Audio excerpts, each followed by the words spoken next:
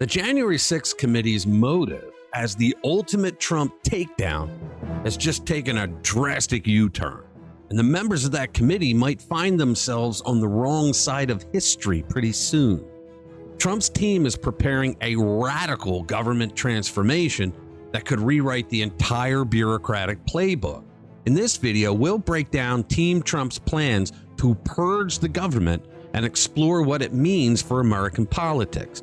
All I can say is government bureaucrats known as the deep state should update their resumes, and bad actors like Liz Cheney, Benny Thompson, Adam Schiff, and others had better lawyer up.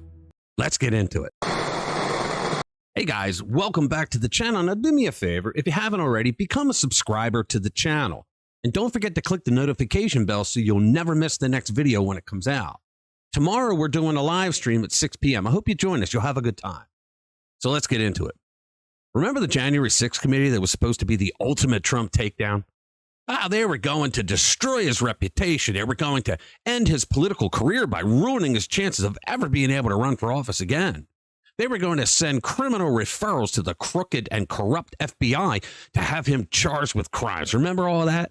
Yeah, well, surprise, surprise. The tables have turned faster than a political weather vane in a windstorm. And who's at the center of this political implosion? None other than Liz Cheney, once the darling of Trump critics. She was the Rosie O'Donnell of the House of Representatives. Now, she's not even a political has-been anymore. She's more like a political, who the hell was that? Talk about a career nosedive. Her primary defeat was like watching a political dumpster fire. And when all is said and done, the only power Liz Cheney has left is her own sense of cosmic justice, if you will, when the self-described conservative Republican goes on CNN and MSNBC to bitch and gripe about Trump. I mean, think about it. She once held the number 3 leadership position of the Republican conference chair, and now she couldn't get hired as a Walmart greeter. Welcome to exile. Team Trump's cooking up a bureaucratic remake that would make Hollywood's reboot culture look amateurish. Their grand plan, a federal makeover so extreme, it's like a political extreme home makeover show. The star of this potential government Hunger Games, something called Schedule F, which sounds more like a boring tax form, but is actually a potential nuclear option in governmental restructuring. All right, so let me break down their strategy for you. And trust me, it reads like a revenge playlist that would make Machiavelli proud. First up, eliminating potentially tens of thousands of bureaucratic positions. That's right. Schedule F will change the personnel status of these people so that they can now be fired with cause. Next, returning jurisdictional control to Congress. Over the years, Congress got lazy and allowed the bureaucrats in the executive branch to create the rules and regulations complete with penalties and fines, and never went through the lazy bums in the halls of Congress. Trump is going to make sure after the Chevron case that the bureaucrats no longer get to create rules without going through the Capitol Hill employees who were actually elected by we the people. And finally, ensuring only loyalists to the MAGA movement retain their positions. And why not? They weren't the ones that were causing all the chaos for Americans. Look, this is not just about political payback. It's about institutional recalibration. They've got a menu of potential actions that would make political revenge look like a gourmet 5-course meal. We're talking appointing new leadership to key agencies, investigating previous investigators. Oh, the delicious irony.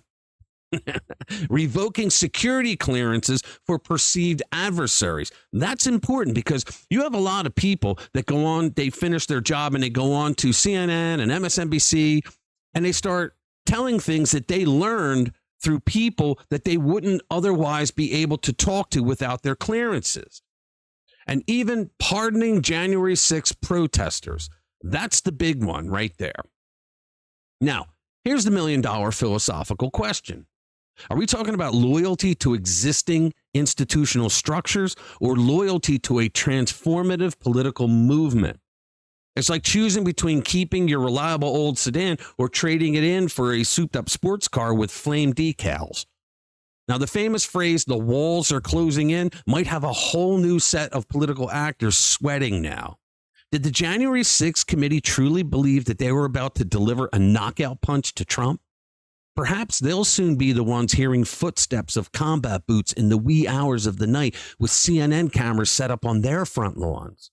This isn't just about getting back at political enemies, guys. It really isn't. Proponents are selling this as the necessary recalibration of institutional integrity, which is politicians speak for.